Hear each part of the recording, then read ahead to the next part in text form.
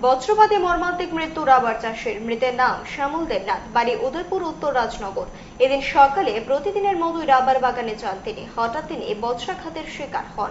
স্থানীয় লোকজন এবং পরিবারের সদস্যরা তাকে গোমতী জেলা হাসপাতালে নিয়ে আসেন, কিন্তু কর্তব্যরত চিকিৎসক তাকে দেখেই মৃত বলে ঘোষণা করেন।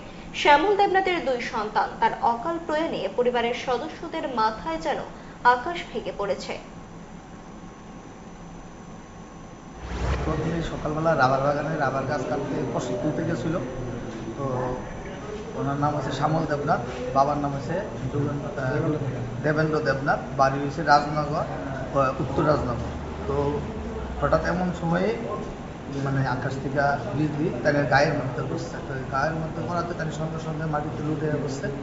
তো পাশে একজন দুজন দেখতে সেটা তাদের সঙ্গে সঙ্গে হাসপাতালে আনছে, কিন্তু আনার পরে এটা মৃত এটা মানে ডাক্তার ঘোষিত করছে। ওনার বয়স বয়স অনুমানিক 45-43 হবে। ঘটনাটা রাজনগর এলাকার শ্যামল দেবনাথ নামে এক মৃত ব্যক্তিকে আমাদের ইমার্জেন্সিতে নিয়ে আসে গোমতী জেলা হাসপাতালে। আসার পর আমরা পরীক্ষা করে দেখতে পারি যে উনি অলরেডি মৃত। তারপর আমরা পুলিশকে ইনফরমেশন দিয়েছি পোস্টমর্টেম হয়তো হবে।